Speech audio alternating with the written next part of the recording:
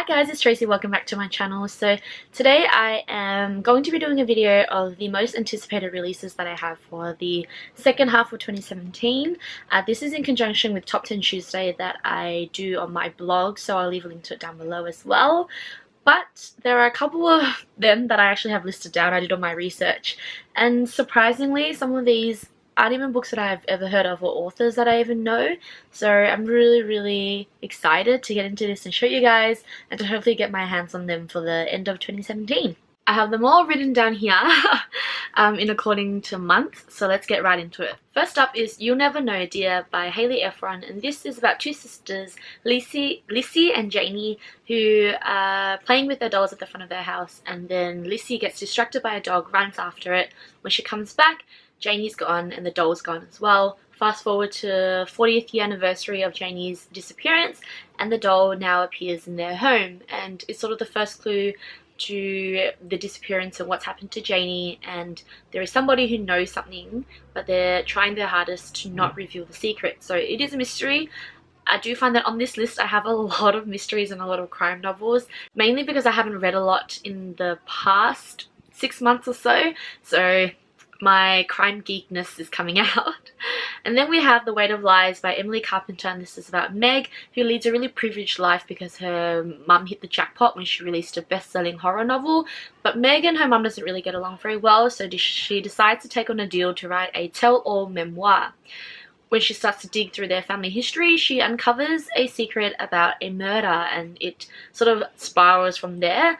I am intrigued to see how this goes and how it's going to be written. I'm expecting a really good murder mystery to unravel and sort of for family ties to be explored. That's what I am really hoping from this book. Midnight at the Bright Ideas Bookstore by Matthew J. Sullivan is also another crime mystery. Lydia's regular customer, Joey, suicides in the back room of the bookstore that she works at. So she's actually left with all of his possessions, and when she goes through his books, there are a lot of annotations and notes all around it about him sort of breaking down as a person, but she seems to see that there's like a hidden message for her, and it's her, I guess, adventure or journey in trying to decipher this message and what happened to Joey and why he ended up suiciding. The next one is an interesting one. It is The Gentleman's Guide to Vice and Virtue by Mackenzie Lee. This one is a young adult novel where two boys, and this is set during like the 18th century, Monty and Percy embark on a grand adventure between Paris and Venice, which leads them to quests and meeting pirates and all that stuff. But they're in for a surprise because beyond the quests, they also discover that their friendship might be a bit more than what they think it is, and that their feelings might, you know, be beyond what friends are. My family is like in a screaming match right now, so I feel like everything that I've said has been yelled over by them. Okay, so the last book that I'm excited for in June is Aftercare Instructions, and this is about a 17-year-old girl named Genesis who goes to a Planned Parenthood clinic with her ex-boyfriend because they're about to go through an abortion, and then he abandons her there. So then that becomes a moment for her to realize that she has to actually go through her life without all this support that she thought she had, and really try to figure out herself. And I feel like as a contemporary, this might be one of those ones where I will be able to feel something. I read a lot of contemporaries where I'm like, oh yeah, that was cool, but didn't draw out any emotion from me. But this one I feel like might. I don't have any exciting new releases that I want to check out in July, but in August I have a fair few. So we've got These Things I've Done by Rebecca Phillips. Dara and Aubrey are best friends. They've always been best friends in 6th year. Then they go into sophomore year and their friendship sort of takes a turn, and then you fast forward and Aubrey's actually died in an accident that somehow involves Dara, and Dara holds on to this guilt, especially when she sees Aubrey's brother Ethan around, because she actually feels a bit more for him than, you know, your average person. And she feels like she's betraying Aubrey all over again. Stories about friendships are one that I tend to veer towards more than romance, because I think that it builds a more really realistic relationship view sometimes, and you can learn a lot more about it. So that's why I want to read that. Got The Address by Fiona Davis, and this is an adult novel centering around two women whose stories intertwine and collide even though they're from different generations, and it's all about their ambitions and their struggles in life, and how the later generation is impacted by the previous generation. So this is one of those ones where they're like family mysteries and ties and a lot of history and going back and forth, which I really like, and I feel like Kate Morton, who's one of my favorite authors, does really well. So I'm really hoping that Fiona Davis also delivers on that. In 27 Days by Alison Gervais, I think that's how you pronounce it, is an interesting one because I think she actually self-published this on Wattpad and now it's being published as an actual book this year, and it's about Hadley and her classmate Archer, who commits suicide, and she becomes really shocked about it.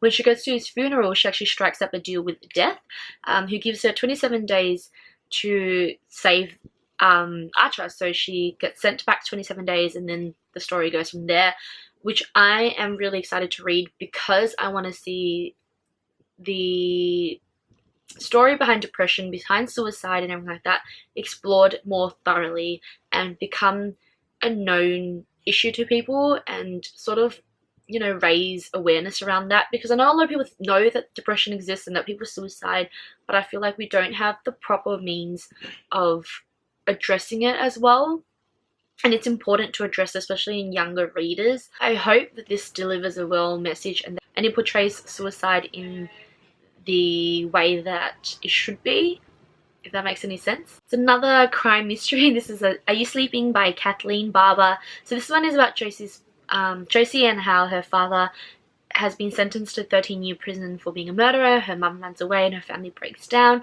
Then all of a sudden a reporter decides they want to reopen the case and start a podcast, very much like Serial. So she has to face all of her demons again from her past and, you know, revisit the moments that she doesn't really want to remember. Emma in the Night by Wendy Walker is also another crime mystery, but I think this is a young adult one, and basically it sounds super creepy. Its sisters Emma and Cass disappear 5 years ago, and then all of a sudden Cass returns and tells a tale of being held captive on an island. But the psychiatrist that assesses her, Dr. Abby Winter, thinks otherwise, and she starts to delve into the family, realize how dysfunctional they are, and discover something a lot more darker, which I think sounds fascinating, absolutely creepy, and well worth the read. Philippa Gregory is ending her Tudor series with the last book called The Last Tudor, and this is about Jane Grey and her sisters and their role in the Tudor period. And I'm really excited because I love historical fiction. I love Philippa Gregory, and I know that her writing is very controversial, but I personally really like it. So that's adding another book to the collection that I have of hers already. Wicked Like a Wildfire by Lana Popovic, I think that's how you pronounce it, really is a pick because of the cover. I was drawn to the cover. It is about Iris and Melina, who have magical powers, but their mother forbids them to tell people or reveal it to people. Then all of a sudden their mother is mysteriously attacked, and then they have to join forces to figure out what's going on. So I feel like this is like one of the mystery, but like with fantasy in it, and I'm intrigued to see how the world is built and how their magic works. Moving on into September, and we have Tower of Dawn by Sarah J. Maas, and this is the next book in the Throne of Glass series, and I am super pumped. So this time around the story is from Cale's point of view, and I don't particularly love him, but I am interested to see what we've missed out on because we followed the rest of the crew and we have left him behind. So, and also because I'm getting Throne of Glass withdrawals and I really would love to go back into the world, so I'm super excited to read that. We have They Both Die at the End by Adam Silvera, and this one is one of the ones where I'm like, I really want to read this. It sounds so heartbreaking yet so compelling at the same time. So there are two men who are approached by a death cast, letting them know that it's their last days on the earth. So they reach out to each other to try and get, you know, the best of the last day, live life to the fullest type of thing, but they don't put into account that they might end up falling for each other. And I feel like that's such a bittersweet thing, and I'm intrigued to see how Adam Silvera explores the relationships and death and how it affects people. So I'm really excited to read that. We have Warcross by Mary Lou, and this is a sci-fi novel, and I don't read a lot of sci-fi, but this has picked up on my interest because it is very similar to Ready Player One by Ernest Cline, and I absolutely love that book. So Warcross is an online game. People play it constantly, and the main character, Emika, finds herself being thrust right into the center of the game, and she has to learn to survive. So she's put on a mission to do something, and then she goes into the game and realizes that something else is happening, and you know, just a clash of interests and conflict and all of that jazz. But Mary Lou apparently is a really amazing writer. I haven't read any of her novels actually, but she does write a lot of sci-fi novels, so I'm really, really excited to read that one. And then we have the sequel to Three Dark Crowns by Kendara Blake, and this is called One Dark Throne. So I'm not going to tell you guys what the synopsis of this is about because it might spoil the previous one, but essentially the series revolves around three sisters who are born at the same time, have all different abilities, and their one goal is to kill each other to become the reigning queen. Sounds great, right? October I've got one, and this one is Wild Beauty by Anna Marie McLemore. Again, this is a cover interest, so the cover looks amazing to me. It's about, and I cannot pronounce this, so I'll leave the word there, Noneovedes? I have no idea. So this family has tended to the grounds of La Pradera. Again, I just put on some accent and hope that worked. For ages now. They have sort of like a tragedy where if they fall in love too hard, their lovers vanish. So for generations now, men have constantly vanished off this garden until a boy appears. And the girl who finds him, Estrella, tries to help him remember who he is because he doesn't even know who he is and things like that. And they sort of go on this journey together because he's the only one who hasn't vanished from this place. November brings up another one that I've been waiting for years for, actually. It's probably been like 2 or 3 years now, and it is The Becoming of Noah Shaw by Michelle Hodkin. So Michelle Hodkin wrote one of my favourite series, The Unbecoming of Mara Dyer, and this is going to be Noah Shaw's perspective of the actual series. And Noah is by far one of my favourite male characters in all of fiction land. He's like my fictional boyfriend pretty much. And the cover on this looks amazing as well, so I feel like the Mara Dyer series had an amazing covers, so this one is the same, so it's going to look great on my bookshelf. And lastly we have The Love Letters of Abelard and Lily by Laura Creedle. I'm pretty sure I butchered that name.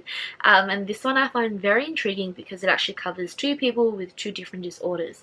So Lily Michaels Ryan has ADHD and she meets Abelard with Asperger's. And they connect because they have a mutual love of ancient love letters.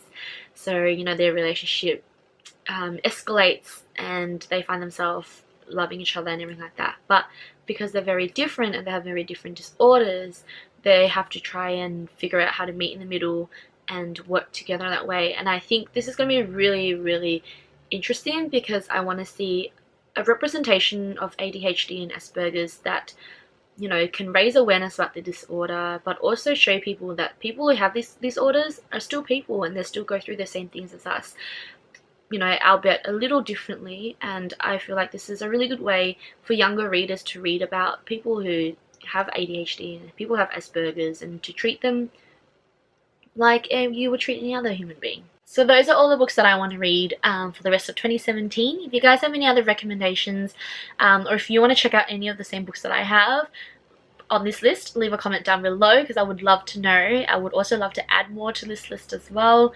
Otherwise, I hope you guys have a lovely day and I shall see you guys soon. Bye!